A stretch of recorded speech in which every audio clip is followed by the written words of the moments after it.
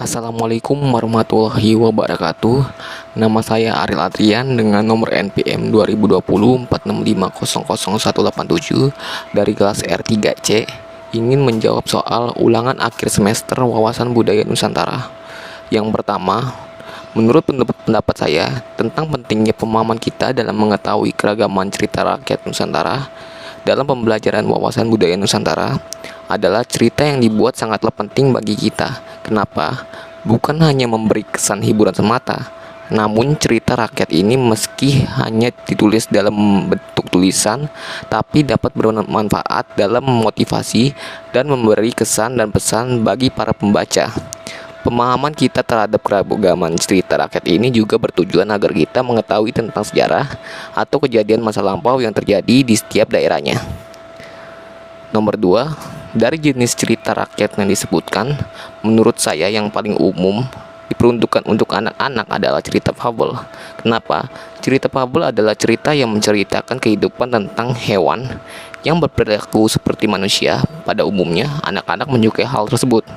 Sebagai contoh, cerita tentang si kancil yang mencuri timun dan cerita tentang kura-kura dan kelinci. Adapun juga cerita yang diperuntukkan untuk segala umur, seperti jenis jenaka, legenda, dan juga parabel. Selain itu, ada juga cerita yang diperuntukkan untuk remaja dan dewasa, saja seperti jenis sage dan mitos, terutama jenis mitos ini, di mana cerita mitos, cerita rakyat yang dianggap sebagai sesuatu yang benar-benar suci ataupun sakral. Biasanya cerita mitos ini disangkut pautkan dengan kejadian mistis dan gaib.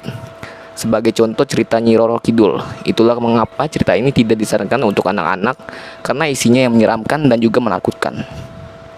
Nomor 3, dari tugas kelompok yang sudah saya kerjakan, pesan moral dan kebudayaan pada cerita rakyat Papua yang berjudul Asal Usul Raja Ampat dan Telur Naga adalah: janganlah berhenti berharap dan berdoa pada Tuhan Yang Maha Esa.